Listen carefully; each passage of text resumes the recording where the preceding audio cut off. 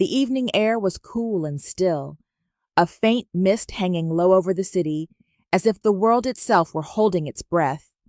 Margaret sat alone in the living room of her quiet townhouse, her hands resting on the armrests of a velvet chair, the ticking of the grandfather clock behind her marking each second with relentless precision. Her heart was heavy. The storm she had unleashed at the boutique had only been the beginning. The sudden knock on the door startled her, though she knew in her bones who it must be. When she opened it, Michael stood there, rain clinging to his dark hair, his jaw clenched tight. He was 39, tall, with broad shoulders that once gave him the appearance of a protective son, but now those shoulders seemed weighed down with confusion and shame. His face, angular with a hint of stubble along the jawline, bore lines of exhaustion, and his eyes, hazel like his late father's, were sharp with anger. He stepped inside without waiting to be invited. "Mother," he said, his voice low but trembling with barely contained fury. "I just heard. Chloe was fired, publicly humiliated. By you. What the hell is going on?" Margaret closed the door gently, her movements deliberate. She had expected this confrontation, and yet the pain of hearing her son defend the very woman who had scorned her pierced her heart. She looked at him, studying the son she had raised to be kind, fair, and hardworking, qualities that had been eroded by years under Chloe's influence. "Michael," she began softly, "you deserve the truth. All of it." Without another word, she led him through the hallway toward a door at the far end. It was an old oak door locked with a brass key she kept hidden in her sewing box. She unlocked it and pushed it open, revealing a room he had never seen before. The air smelled faintly of cedar and aged paper. Shelves lined the walls, filled with neatly labeled folders, ledgers, and documents. At the center stood a mahogany desk, upon which sat a thick leather portfolio, embossed with the initials MDC, Margaret Davis Couture. Michael froze at the threshold, confusion flickering across his face. "What is this?" Margaret's hands trembled slightly as she opened the portfolio, spreading out property deeds, business registration documents, bank statements, and photographs of boutiques across the country. "This is the truth, Michael. I am not the poor widow your wife mocks. I am the founder and owner of Davis Couture, 20 boutiques, 3 textile factories, a fortune carefully built over decades." His mouth fell open, his eyes wide with disbelief. He picked up one of the documents, his hands shaking as he read the numbers. "All these years," he whispered hoarsely, then louder, his voice cracking with hurt. "All these years you were a millionaire, and you let me think we had nothing, that you were living on scraps?" Margaret inhaled deeply, her chest rising and falling with the weight of memory. "Yes, because money is a double-edged sword. I wanted you to grow up with values, Michael, not arrogance. Your father and I agreed. We wanted you to know kindness before privilege, humility before wealth. I would rather you learn the dignity of work than the emptiness of entitlement." Michael staggered back a step, his expression torn between betrayal and awe. The room seemed to spin around him as memories of his childhood, hand-me-down clothes, second-hand bicycles, the evenings when his mother patched torn trousers, clashed with the truth laid bare before him. His chest tightened with anger, but beneath it, a creeping shame began to take root. Margaret reached for a folder at the edge of the desk and placed it in front of him. "And there's more you must see."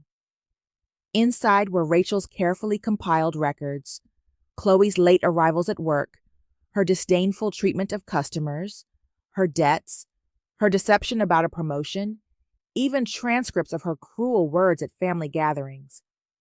Michael's hands shook as he flipped through each page. The paper blurred as tears pricked his eyes. His throat tightened, and for the first time in decades, he felt like a boy again, vulnerable, overwhelmed, stripped bare. "This can't be real," he whispered, his voice breaking. "Chloe, she told me she worked so hard for us, for our future. She told me you—" He stopped, choking on the memory of Chloe's venomous words about his mother, words he had let stand without defense. Margaret's gaze softened, though her voice held firm steel. "She lied to you, Michael, again and again. And while she mocked me in front of our family, you said nothing. Do you know how that pierced me?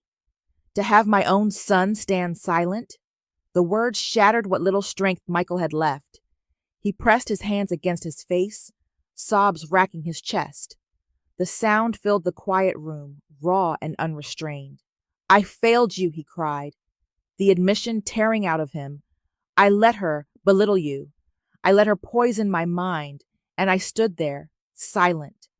God, what kind of son does that make me?" Margaret's own eyes glistened with unshed tears, but she moved closer, resting her hand on his shoulder. "It makes you human, Michael.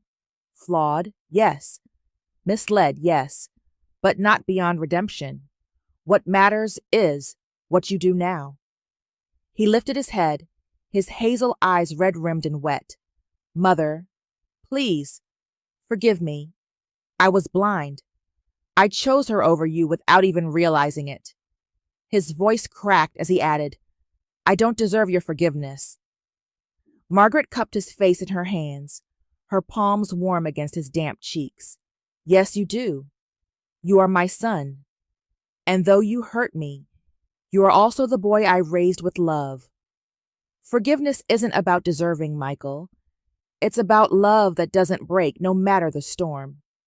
He broke down again, burying his face against her shoulder, clinging to her as if he were drowning, and she was the only raft left.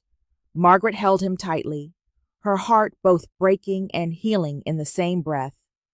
For the first time in years, she felt the bond between them pulse strong again, rebuilt not on illusions, but on truth.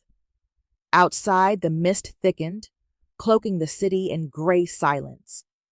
Inside, a mother and son clung to one another, the wounds of betrayal and silence beginning, slowly to close.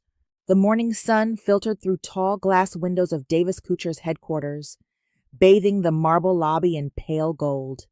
The grandeur of the place was almost intimidating, with its polished floors, elegant chandeliers, and display cases filled with the finest gowns. Yet to Chloe, who stood at the entrance clutching her handbag like a shield, the beauty of the building was drowned in her own desperation. Chloe had always prided herself on her appearance. She was 32, slender, with high cheekbones and cascading chestnut hair she often styled meticulously. Today, however, strands fell loose from a hurried bun, her mascara smudged from a restless night. Her silk blouse, cream-colored and expensive, looked slightly wrinkled, as though she had thrown it on in haste. There was a fragility about her now, a stark contrast to the woman who once walked into family gatherings with her chin raised high, dripping with scorn. The receptionist, a young woman with tidy dark hair and sharp eyes, eyed her cautiously. "Mrs. Chloe Davis?" she asked, her tone professional. Chloe nodded quickly, almost breathless. "Yes, I need to see Mrs. Margaret Davis. It's urgent." The receptionist hesitated, but Chloe's insistence, coupled with the visible tremor in her voice, prompted her to pick up the phone. After a tense pause, she gestured toward the elevator. "She'll see you. Top floor." Chloe's knees almost buckled with relief. As the elevator ascended, her reflection in the mirrored walls seemed to mock her, a woman once proud, now visibly unraveling. Her heart pounded louder with each passing floor because she knew Margaret would not be alone. And indeed, when the door slid open, Chloe found Margaret waiting inside her office, poised behind an expansive desk of walnut wood. Margaret Davis, at 68, looked regal even in simplicity. She wore a navy blue suit that flattered her tall, slender frame, her silver hair swept neatly into a chignon. The lines on her face carried both wisdom and sorrow, her eyes as sharp as the day she had built her empire. But there was no cruelty in her gaze, only a quiet, unyielding strength. Beside her stood Emily Davis, Margaret's youngest daughter. At 28, Emily was striking in her own way, though her beauty was understated rather than ostentatious. She had inherited her father's dark hair, which she wore in a simple ponytail, and her mother's pale green eyes that seemed to see through people. Dressed in a crisp ivory blouse and gray trousers, Emily exuded confidence and intelligence, the air of a woman who valued substance over appearances. Chloe faltered at the threshold, but Margaret gestured calmly toward the empty chair across from her. "Sit." The command was neither harsh nor gentle. It was firm, absolute. Chloe obeyed, perching on the edge of the chair like a reprimanded child. Her eyes darted between Margaret and Emily, searching desperately for a crack of sympathy. "I only came here," she began, her voice trembling, "to explain. Everything has been a misunderstanding. I never meant to insult you, Margaret. I wanted to help improve your image. You've always dressed plainly, and I thought that with my guidance people would respect you more. I wanted to elevate the family." Emily stepped forward, her eyes flashing with controlled indignation. "Elevate?" she repeated sharply. "You weren't helping.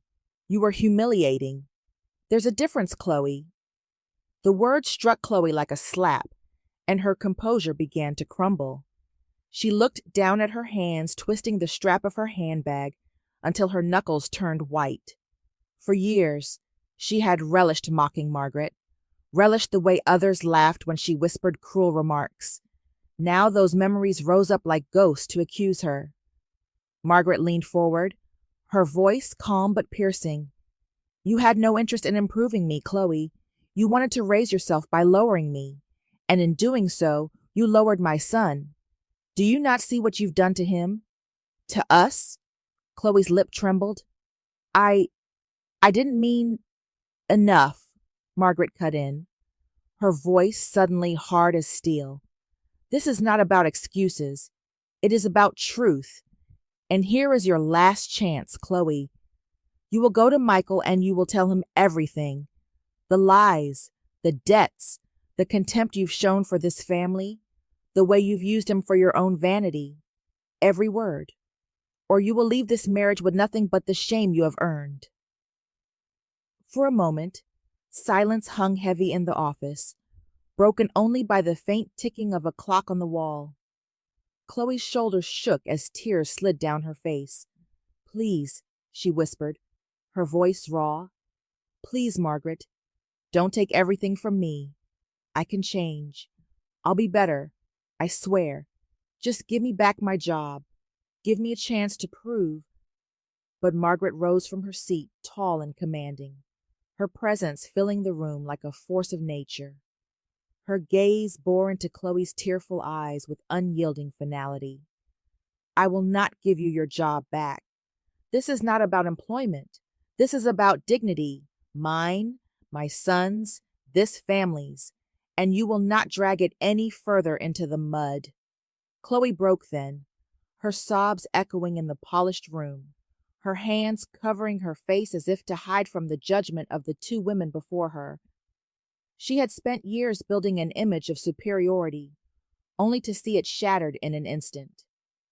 Emily looked at her mother, her expression both firm and proud.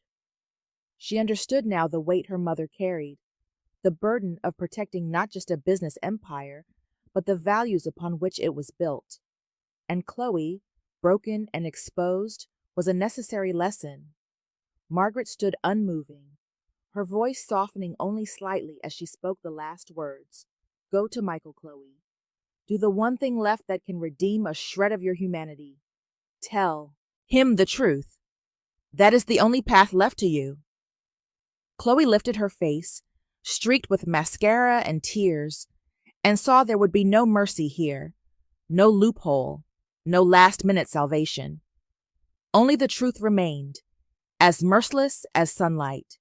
She rose unsteadily to her feet and walked toward the door, her heels clicking faintly against the marble. Her back, once so straight with pride, was now bent under the weight of humiliation. As the door closed behind her, Margaret let out a breath she hadn't realized she was holding. Emily placed a gentle hand on her arm. For a moment, mother and daughter simply stood in silence, watching the sunlight spill across the office floor. The battle wasn't over yet, but Margaret knew the tide had turned. The autumn air was crisp, the streets washed in amber light as fallen leaves rustled against the pavement outside the Davis estate. In the quiet drawing room, Michael sat across from Chloe, his hands clenched together as though he feared they would betray his trembling. Michael Davis, now 35, carried his father's tall frame and square shoulders, though his face was thinner than it had been months ago. His once meticulously styled blonde hair had grown slightly untamed, and dark circles shadowed his blue eyes.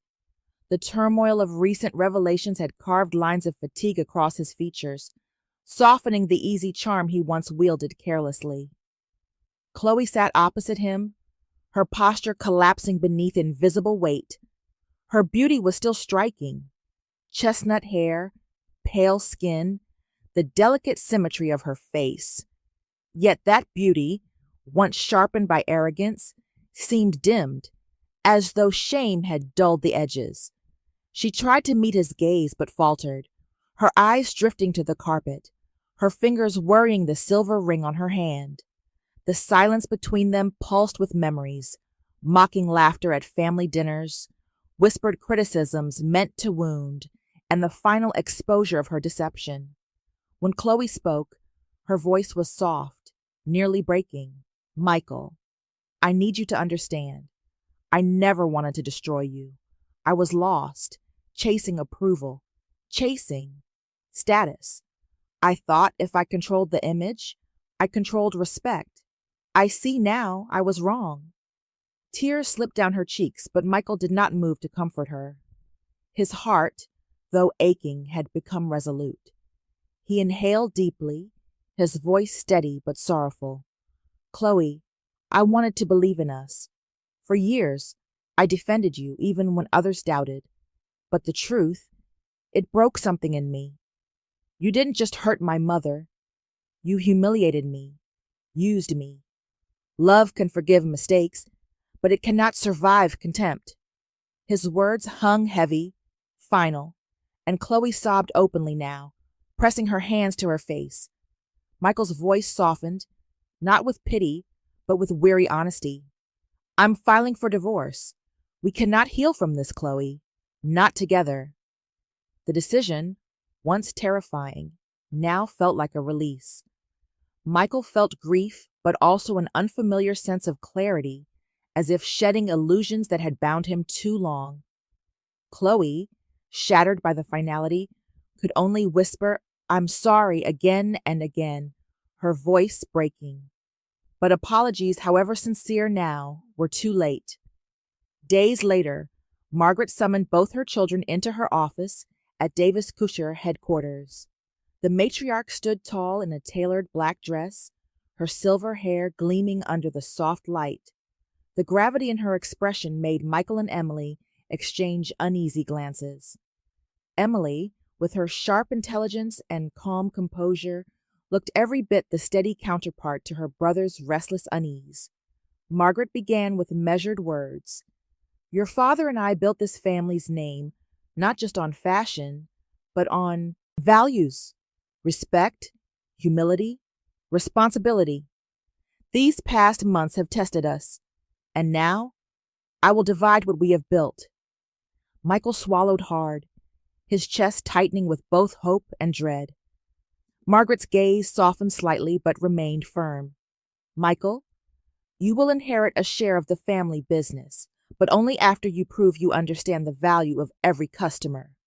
Starting tomorrow, you will work as a sales clerk in our flagship store. From the bottom.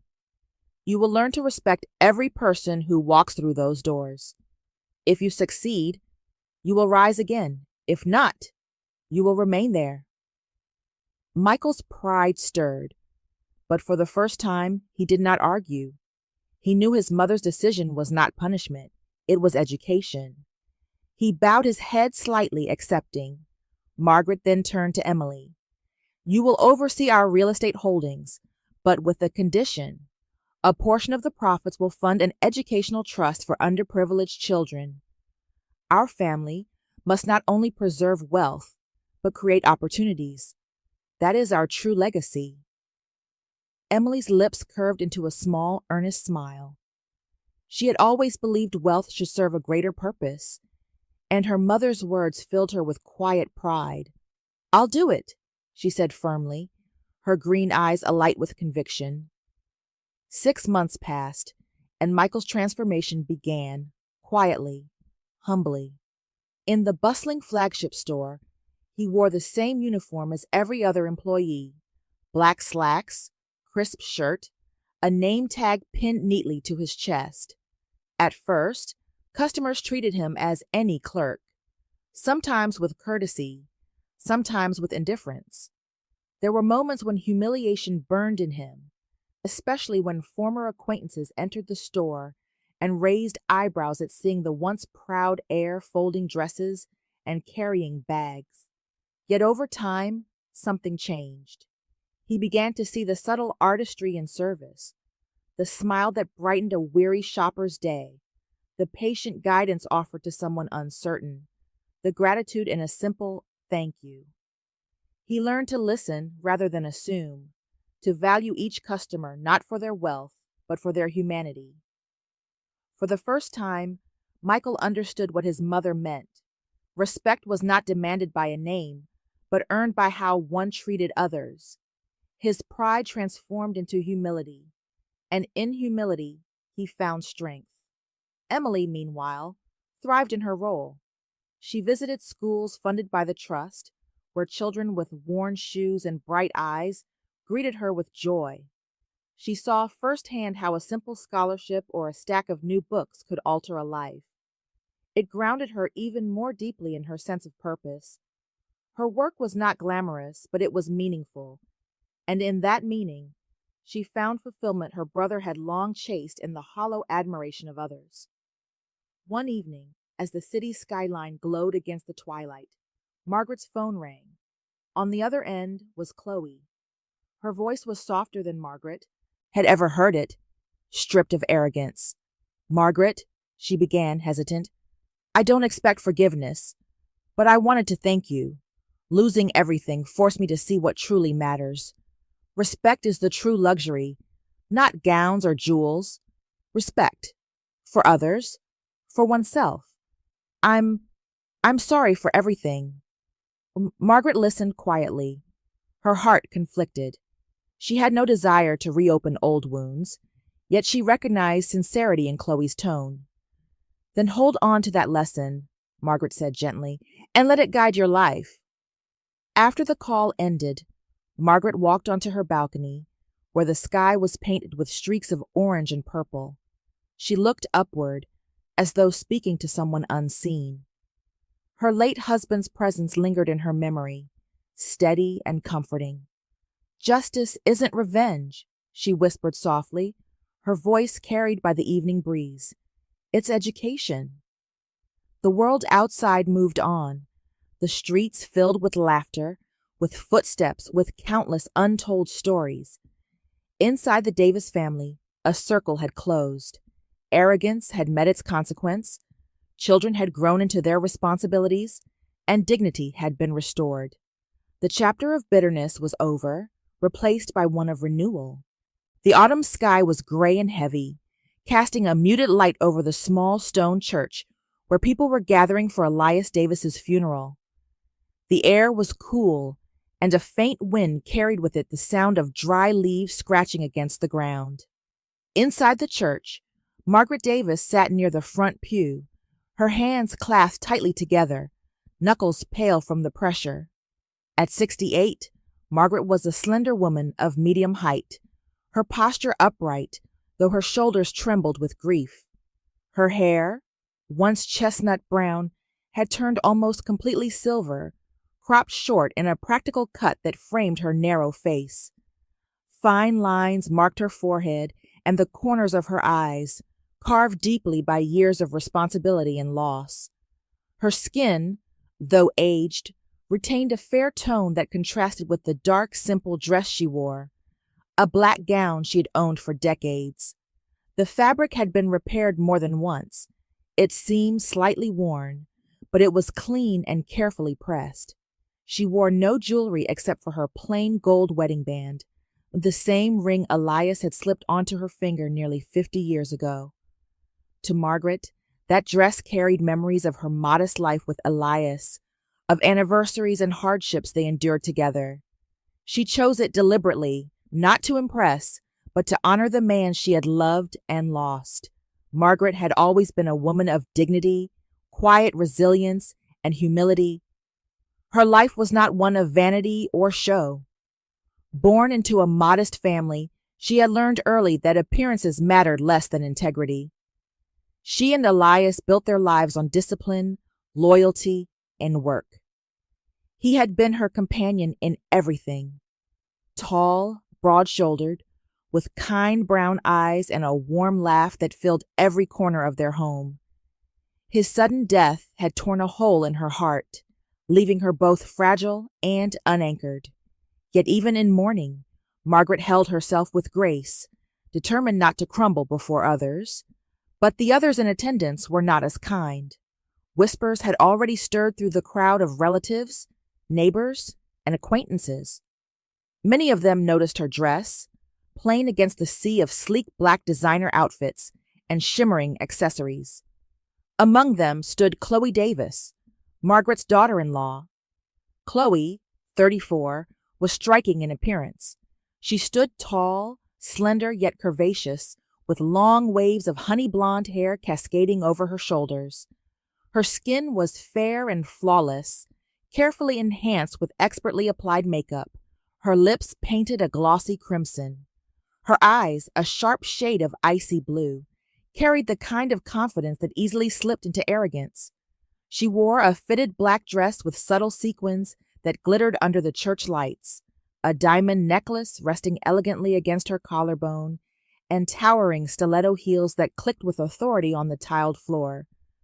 Chloe was the kind of woman who turned heads effortlessly and enjoyed it. For Chloe, appearances were currency.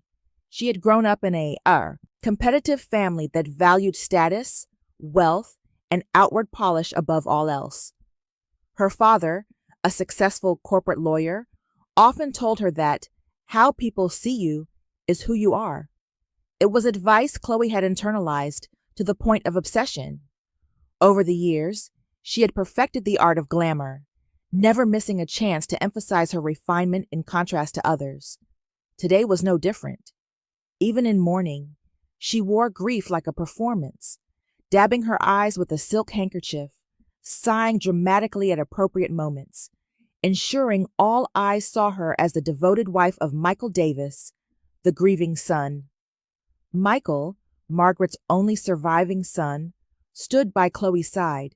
He was 40, tall and broad-shouldered like his late father, but less sure of himself. His hair was short, dark brown with flecks of early gray, his jawline shadowed by a few days' stubble that made him look weary. Michael's expression was blank, his dark eyes downcast, avoiding his mother's gaze. He had always been kind-hearted but indecisive, a man too easily swayed by stronger personalities. Life had taught him to keep the peace, even at the cost of his own voice. Beside Chloe, he appeared diminished, overshadowed by her commanding presence. The ceremony had been heavy with silence and sobbing, prayers murmured in reverence for Elias's life. But it was during the gathering afterward, as guests mingled and spoke softly in the church hall, that the wound Margaret carried deepened into humiliation. Margaret stood near the refreshment table, speaking quietly with an elderly neighbor when Chloe approached. Her heels struck the polished floor, announcing her presence even before her words did. Chloe's lips curled into a faint smile as she looked Margaret up and down. "Well," Chloe said, her voice carrying clearly enough that several nearby relatives turned their heads. "I see you've chosen to wear that dress." Her tone dripped with disdain. Margaret blinked, stunned, unsure if she had heard correctly. "This dress belonged to Elias's favorite memories," she answered softly.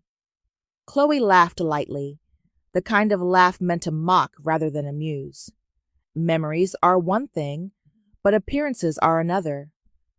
Honestly, Margaret, I don't know how you can stand in front of everyone looking like that. It's cheap, classless, really." The word stung sharper than any blade. Cheap, classless. In that moment, the whispers around them seemed to grow louder, eyes glancing at Margaret with a mixture of pity and discomfort. Her chest tightened, her throat burned, and yet she held her composure. She refused to cry, not here, not in front of Chloe, not when Elias deserved her strength. Margaret's eyes darted to Michael, who stood just a few steps away. Surely he would speak up, defend her, silence his wife's cruelty. But Michael only looked down at his shoes, shifting uncomfortably, his silence echoing louder than Chloe's insult. Theobald, betrayal was sharper than Chloe's mockery. Her own son, the boy she had raised with devotion, could not summon the courage to protect her dignity. Inwardly, Margaret's grief deepened into something colder. Pain lanced through her heart, not just for Elias's absence, but for the absence of loyalty from her only son. The humiliation burned in her chest, mingling with sorrow, forming a seed of resolve she had never felt before. Her lips trembled as she forced a small, polite smile, refusing to give Chloe the satisfaction of seeing her break. Inside, however, her thoughts were heavy and dark. Is this what Elias left me with? A son too weak to defend his mother? A daughter-in-law who humiliates me at his funeral? Have all my sacrifices been for nothing? Margaret bowed her head slightly, excused herself from the crowd, and stepped outside into the cool autumn air. The wind brushed against her face, cooling her burning cheeks. She closed her eyes, inhaling deeply, and whispered to herself, "Never again. If they want to see weakness, they will be disappointed. I will not let this stand." It was there, on the steps of the church beneath the gray sky, that Margaret's resolve hardened. Grief had broken her heart, but humiliation had awakened her will. She would not strike in anger or petty revenge. No, she would act with precision, with dignity, and with the same patience that had carried her through a lifetime of struggle. Chloe thought she was untouchable, cloaked in beauty and arrogance. Michael thought silence could shield him from responsibility. They were both wrong.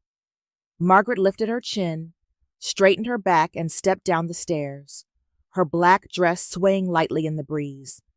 The world would soon learn that the woman they dismissed as frail and classless carried a power far greater than appearances. The morning sun filtered through thin clouds, casting a pale light on the bustling downtown district where rows of boutiques lined the streets. The cool air carried the faint scent of roasted coffee beans from a nearby cafe, mingling with the sharper tang of freshly pressed fabric drifting out from the boutique doors. Among the elegant shops, Davis Couture gleamed with polished windows and a gold-lettered sign, a beacon of luxury fashion in the city. Margaret Davis, dressed in her usual understated attire, a beige wool cardigan that hung loosely over her slender frame and a plain navy skirt that reached mid-calf, paused outside the store. Her silver hair, tied neatly into a low bun, shimmered faintly under the weak sunlight.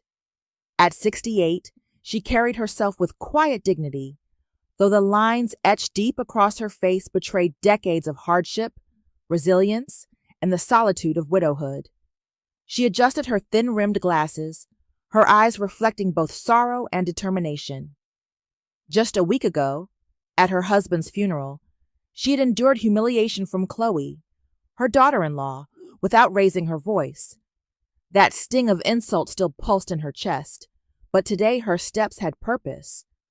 Chloe Anderson Davis was inside, working. Chloe, only 32, stood out like a polished jewel in the boutique world. She was tall, standing nearly 5'9", with a model silhouette, long legs, narrow waist, and perfectly manicured hands. Her blonde hair, always styled into loose, voluminous waves, framed her oval face with practiced precision.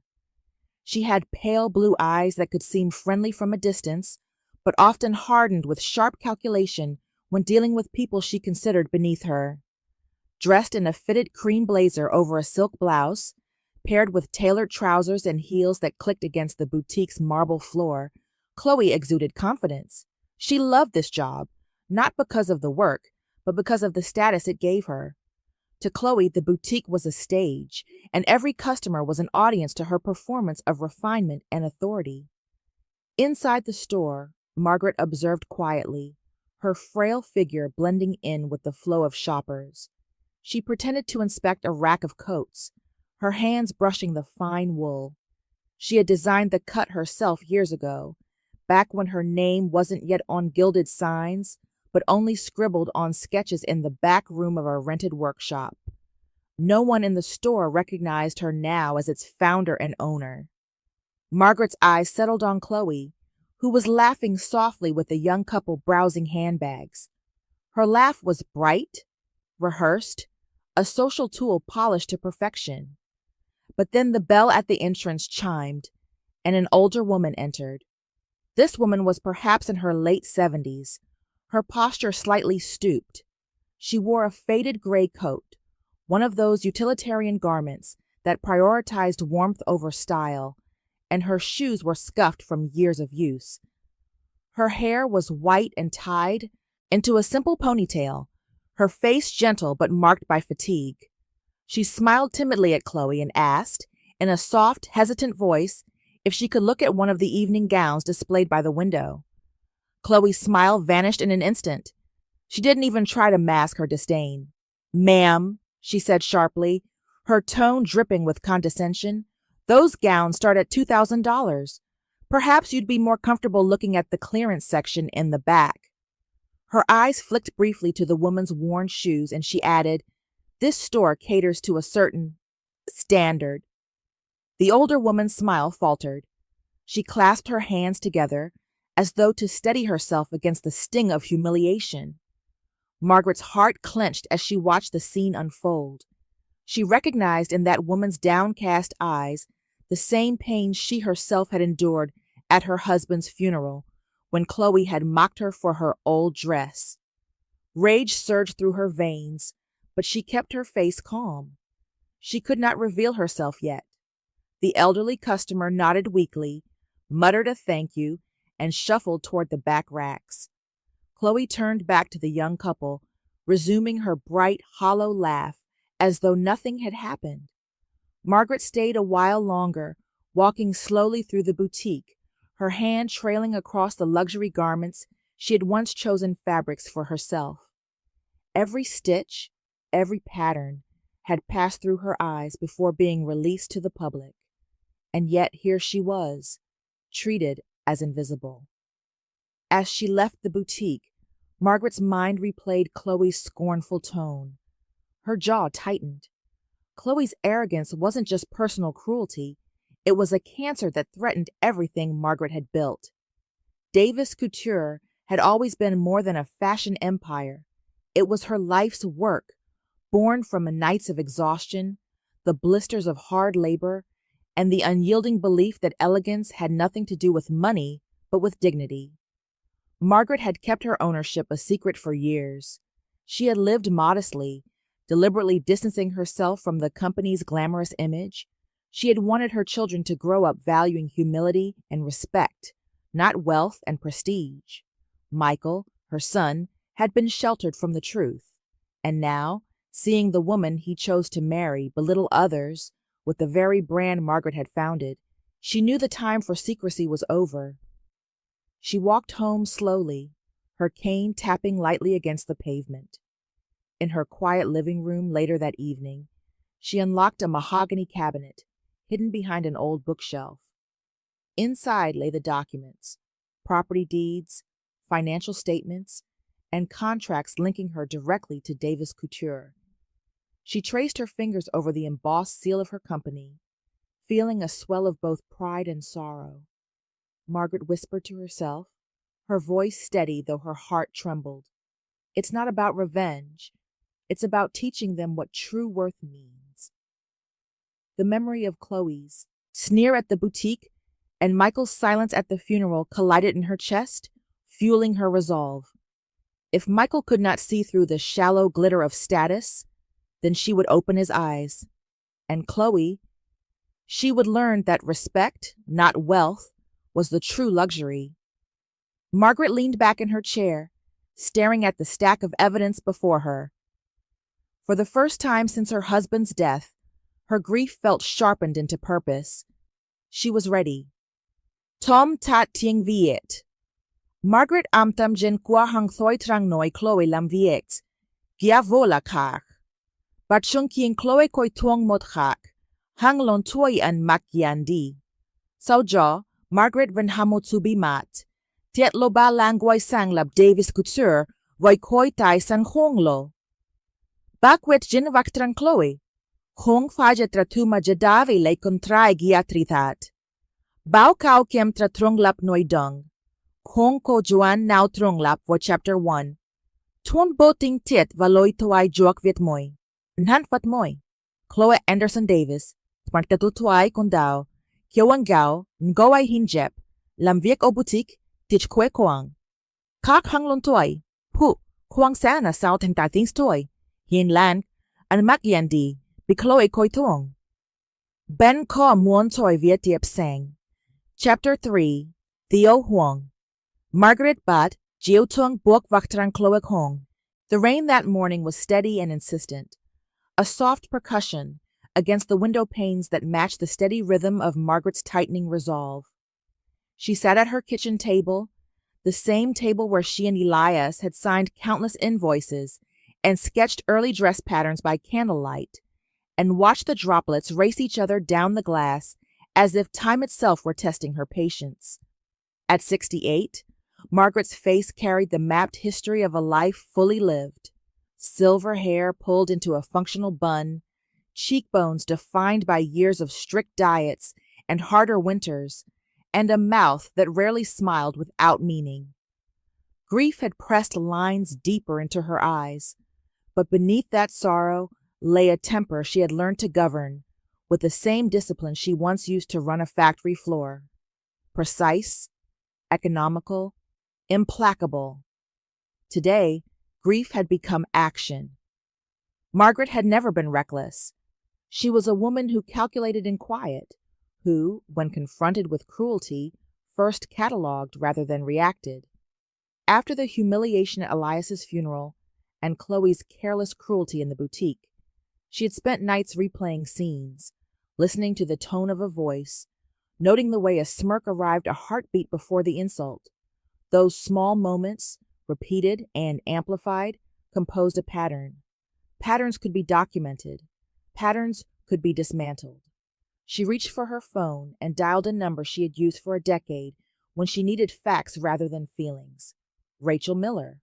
Rachel arrived within the hour, stepping through Margaret's front door like a woman whose life had been ordered by lists and punctuality.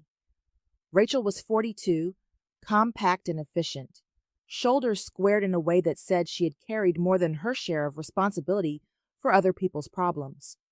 Her skin was warm olive, her hair a glossy chestnut pulled into a no-nonsense ponytail, and a pair of wire-rimmed glasses perched on a nose practiced in reading fine print. Rachel had been Margaret's assistant for nearly 20 years, a confidant who had seen the business grow from a single cramped workshop into a national brand. Where Margaret had art and intuition, Rachel had memory and method. She moved through the house with the calm certainty of someone who knew which drawer held, which document and which ledger would corroborate a whispered suspicion. "Tea?" Rachel asked, setting a neatly labeled envelope on the table before Margaret could answer. The flap had been secured with a paperclip and a handwritten tag. Chloe. Records. Margaret's heart beat harder as she peeled it open. Inside were printouts, neat as military dispatches, time-stamped logs showing repeated late punches over the past 3 months, emails from dissatisfied customers whose polite complaints had been escalated to personnel, notes from store supervisors citing dismissive behavior and rating customers by perceived wealth. There were scanned images from security, cameras, a figure leaning on the counter, a hand waving dismissively at an elderly client, a phone held up as if documenting a colleague's mistake instead of helping. Rachel had even included screenshots of Chloe's social media posts where she boasted about getting a promotion that no official HR email corroborated. Margaret let the evidence slide across the table, each page a small, cold proof that Chloe's cruelty was not isolated. "How long did it take?" she asked, voice steady, though the rain had turned to a hard, urgent patter. 2 days, Rachel replied. "I pulled payroll statements, attendance logs, and customer service reports. I ran a soft credit check, nothing illegal, just enough to build the picture. She's in arrears on more than one credit account. There are 3 cards with balances that total over $40,000, plus a car loan that's still active. More concerning, she used the promise of an internal promotion as part of a mortgage application. The bank called us asking about the promotion, and HR said they never discussed it with her. She lied to them, Margaret." Rachel's voice was unemotional, factual. The facts themselves did the damage. Margaret's fingers tightened on the stack of papers. The financial recklessness was a different kind of cruelty, one that threatened others as surely as Chloe's contempt. If Chloe had been bending truth to get a loan, she had been gambling with a future she did not own. Worse, she had corrupted Michael's confidence with fabrications, using his name like a lever to raise herself. Margaret pictured the quiet, troubled man she had raised, his hesitant smile, the way he had always deferred in conversation, the boy who once clung to her skirts on stormy nights. The thought of him, manipulated and ashamed, made her hands go cold. Rachel continued, pulling another envelope from her satchel. Family, conversations. She slid a small, spiral-bound notebook across the table. Inside were excerpts, verbatim quotes, culled from conversations at family dinners, transcribed from messages Rachel had intercepted with lawful consent after Chloe's own arrogance left too many digital footprints. There were notes from relatives. "She said your mother dresses like a charity case," and "She laughed about the old lady at the boutique." The entries detailed multiple instances where Chloe had derided Margaret's thrift, her old-fashioned habits, and even mocked the modest meals Margaret prepared for family occasions. Each note wore the ring of repetition, not a single careless remark. Margaret's chest tightened until she could scarcely breathe. A memory after memory surfaced. Chloe's voice, the flash of a perfume-scented smirk during the funeral reception, the way she'd publicly suggested Michael help his mother buy decent clothes. These were not isolated insults. They were the steady chiseling away of dignity. Marginalized, made small in the presence of youth and style, Margaret felt the old, familiar ache of invisibility. Only now it had a name: strategy. Chloe's cruelty was a tactic to elevate herself at the expense of others. Rachel's steady presence was a comfort and a reminder. "We can do this by the book," she said quietly. "Documented complaints, witness statements, payroll discrepancies, the mortgage application, these are concrete. We'll compile everything into a personnel dossier. If you want, I can discreetly alert HR and request a formal review, if that's what you intend." Her eyes were keen, assessing not just the evidence, but the woman before her. Margaret lifted her chin, feeling the old steel return to her voice. "If she wanted war," she said softly, each word measured and spare, "I will give her war, but not the kind she imagines. I will not be loud or petty, I will be precise. Over the next several hours, they assembled a narrative from fragments, timestamps that tracked Chloe's habitual tardiness, customer emails that quoted Chloe's cutting phrases verbatim, spreadsheeted lists of unpaid balances, photocopies of the fraudulent promotion claims submitted to a lending institution, and, most damningly to Margaret's sensibilities, a recording, captured by a colleague who had grown uneasy, of Chloe laughing about Margaret at a family brunch. The recording was grainy but unmistakable.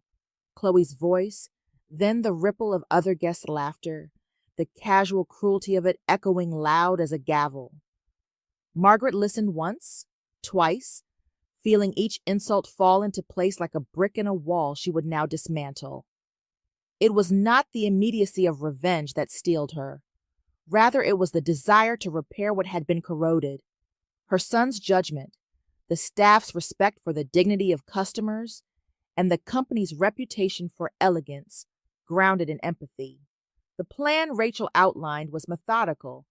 Compile the dossier, request an internal review under HR protocols, prepare termination documentation should the review substantiate the claims, and, crucially, prepare to present the truth to Michael in a way he could not ignore. Margaret imagined his face, confused, then indignant, perhaps angry at first, but she hoped the otherwise brittle cruelty in his marriage might finally be tempered by clarity. As night fell and the rain eased to a soft drizzle, Margaret and Rachel sat amid a small army of paper. A slow fatigue washed over her, but so did a clarity she had not felt since meeting Elias. This was not spectacle. This was stewardship, protecting a legacy and the people who inhabited it. Margaret set her palm flat on the dossier and let the weight of ink and paper anchor her. If she wanted war, she repeated, but this time with finality, then let it be a war of consequences. Outside, the last of the evening's light disappeared, and the house settled into a quiet hush. Margaret rose, smoothing the skirt of her plain black dress, and for the first time since the funeral, she felt, not the smallness Chloe had accused her of, but the scale of what she had built and the responsibility to preserve it. She slid the dossier into a leather satchel and placed it by the door. Dawn would bring action. The afternoon sun spilled through the tall glass windows of Davis Kucher's flagship boutique, its golden beams refracting against crystal chandeliers and illuminating rows of perfectly pressed garments. The boutique was a temple of elegance. Velvet mannequins posed in floor-length gowns. Polished marble floors gleamed under discreet lighting, and the faint scent of bergamot and lavender floated through the air. Margaret Davis entered with a measured pace, dressed in a tailored black suit she hadn't worn in years, its lines sharp against her slender frame. Her silver hair, swept into a tight French twist, gave her a formidable silhouette. Today, she would no longer be the grieving widow or the invisible mother-in-law. Today, she was the woman who had built all of this with her own two hands. Chloe was behind the counter, leaning with one hand propped against the glass display case, scrolling lazily on her phone. She looked every bit the fashionable boutique associate she fancied herself to be. Tall, with honey blonde hair cascading in loose curls over her shoulders, her green eyes framed with immaculate eyeliner. Her dress, a fitted burgundy sheath that clung to her curves, seemed chosen to draw attention rather than to reflect professionalism. Around her neck sparkled a gold chain, a recent indulgence Margaret suspected had been purchased on borrowed money. When Chloe noticed Margaret stepping inside, her expression shifted into a smirk. "Oh, look who decided to visit the city," she said loudly enough for a few customers to glance over. Her tone dripped with condescension, as if addressing a lost tourist. Margaret said nothing. She let the silence stretch until the clicking of her heels on marble carried her to the center of the boutique. The store's employees, 6 of them, all in chic black uniforms with the Davis Kucher crest embroidered on the chest, paused in their tasks.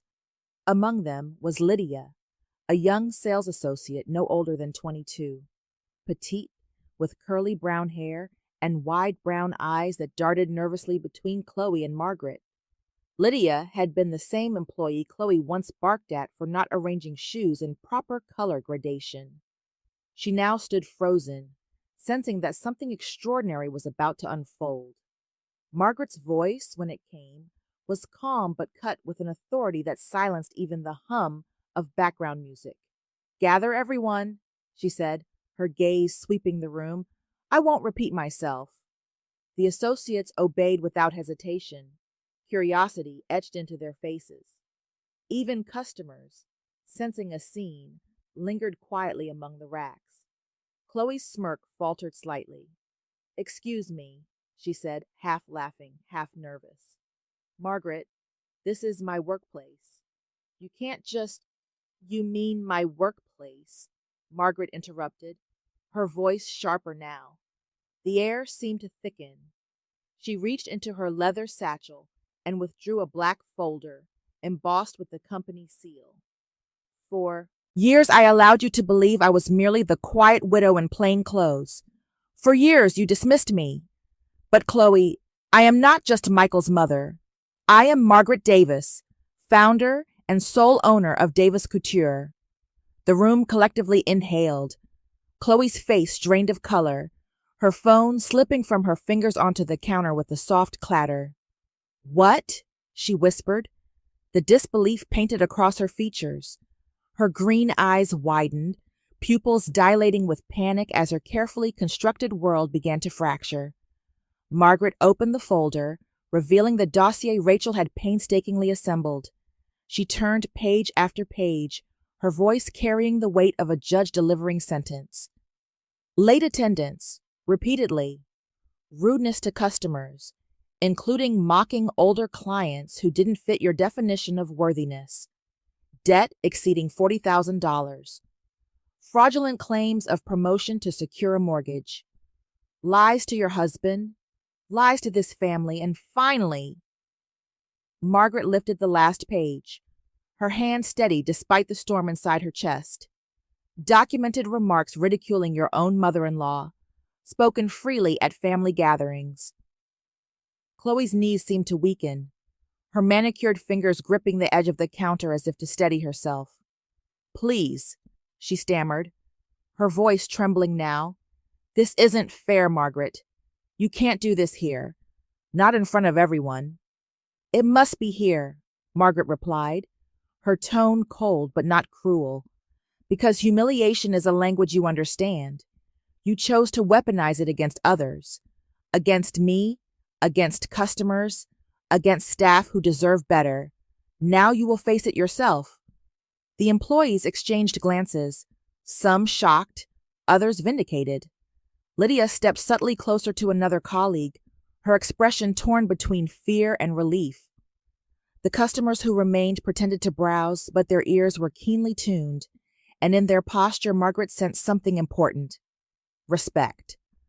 Margaret closed the folder with a definitive snap. "Effective immediately, you are terminated from Davis Couture. Your access privileges will be revoked. Security will escort you out." Chloe's composure shattered. Tears welled in her eyes, mascara streaking as she clutched at the counter like a drowning woman reaching for a lifeline.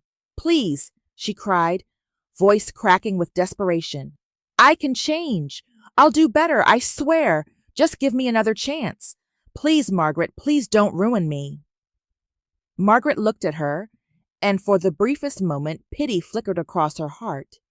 She remembered her own younger years, scraping by with Elias in a drafty workshop, mocked by suppliers who doubted a woman could run a business. But pity could not erase character. Pity could not erase the deliberate cruelty Chloe had inflicted. Margaret straightened her shoulders. "It's not about changing habits," she said firmly, her voice echoing in the marble chamber. "It's about who you really are." At her signal, a tall man in a black suit stepped forward from the boutique's security office.